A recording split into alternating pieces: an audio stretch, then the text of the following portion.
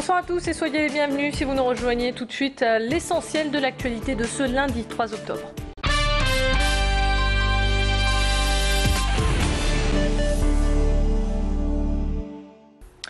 À la une de cette édition, l'insécurité dans les prisons. Le personnel pénitentiaire de la maison d'arrêt de Sequedin est en colère. Vendredi dernier, dans cet établissement, un détenu a agressé une surveillante avec une arme artisanale, une cuillère taillée comme un poignard qu'il a planté juste au-dessus du cœur. Fort heureusement, la victime est hors de danger. Mais cette agression n'est pas la première et au mois de mai dernier, un des surveillants a été ébouillanté par un détenu. Le personnel de la prison se sent incompris par le gouvernement et lance un appel au président de la République pour qu'il vienne se rendre compte de la situation sur place. Les agents du pénitentiaire dénoncent la multiplication des agressions violentes et déplorent également la surpopulation carcérale construite pour accueillir au maximum 70 détenus. La prison de Sequedin compte aujourd'hui 120 personnes incarcérées. Pour exprimer leur ras-le-bol, le personnel pénitentiaire a manifesté ce midi devant les portes de la maison d'arrêt de Sequedin. Aujourd'hui, ça avait deux objectifs. Le premier, c'était un rassemblement pour montrer notre solidarité. Parce que on fait un métier à risque et on sait que ce genre d'événement, malheureusement, c'est arrivé à notre collègue vendredi, mais ça peut arriver à n'importe lequel d'entre nous. Parce que les détenus, c'est pas des personnes auxquelles on peut forcément avoir confiance et on sait que malheureusement quand elles n'obtiennent pas satisfaction, elles n'hésitent plus maintenant justement à être agressives avec nous. Et la deuxième chose aussi, c'est de décider tous ensemble des éventuelles actions à venir par rapport justement à cette dégradation de plus en plus rapide de nos conditions de travail.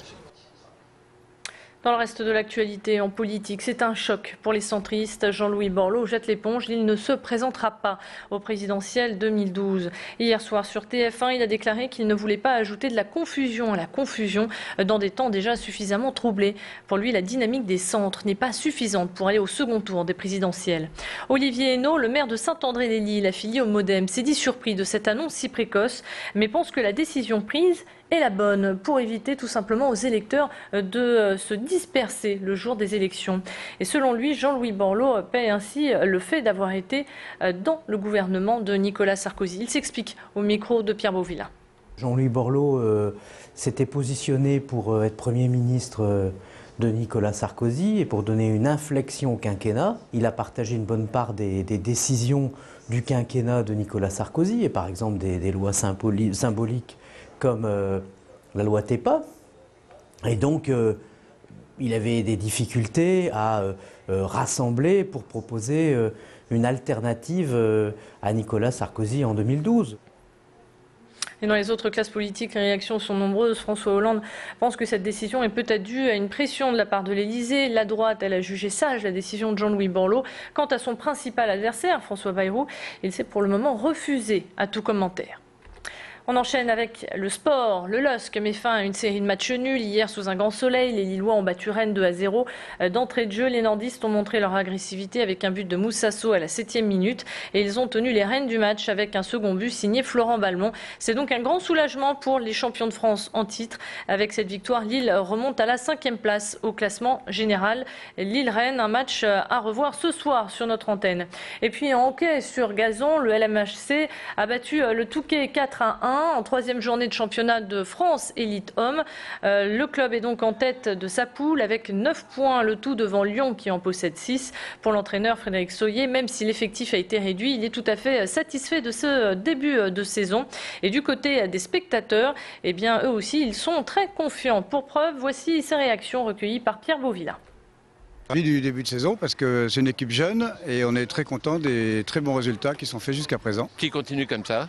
Ils seront encore champions de France une nouvelle fois. Il faut qu'ils continuent, ils iront sûrement, enfin quasiment certainement pour les demi-finales. Et puis forcément, l'OC doit viser la finale et la victoire. Après on verra quand ça se passe, surtout à partir des demi-finales. Moi je trouve qu'ils ont fait un très bon début de saison. Après il y a encore quelques petites choses à régler, mais je pense que devant ils ont un beau potentiel offensif, je trouve, par rapport à l'année dernière. Donc j'espère qu'ils vont faire une belle saison.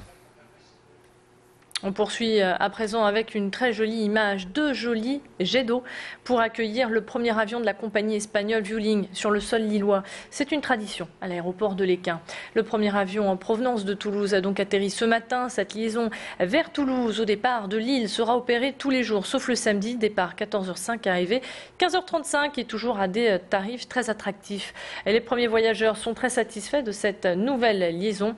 La preuve en images au micro de Macha Gruneisen. On atterrit à Lille de Toulouse en 1h30, c'est merveilleux. J'ai de la famille à Lille, alors je pense que je vais venir plus souvent du coup. Bon, celle est quand même moins chère que celle d'Air France. Je suis venu pour un chantier à Lille, donc voilà. Donc Toulouse-Lille, direct. C'est génial. C'est très bien, je suis très contente. Du coup, on paye beaucoup moins cher vu que j'ai ma famille ici et je vis à Toulouse, donc c'est super. C'est temps parce qu'il y a beaucoup de gens qui avaient besoin en fait d'une ligne low cost où on pouvait justement aller rapidement voir ses parents quand on a envie. Et Vueling ne compte pas en rester là. L'an prochain, fin mars, elle reliera Lille à l'aéroport de Barcelone. Puis on termine cette édition avec ces images. Les catholiques lillois ont pris le train ce matin, destination Lourdes pour le pèlerinage du Rosaire. Depuis sa création en 1907, c'est devenu le plus grand pèlerinage organisé en France. Plus de 20 000 personnes sont attendues à Lourdes. Ce matin, 2 TGV ont été spécialement affrétés pour cette occasion. C'est la fin de ce Flash Info. Restez avec nous, on se retrouve tout de suite pour votre météo.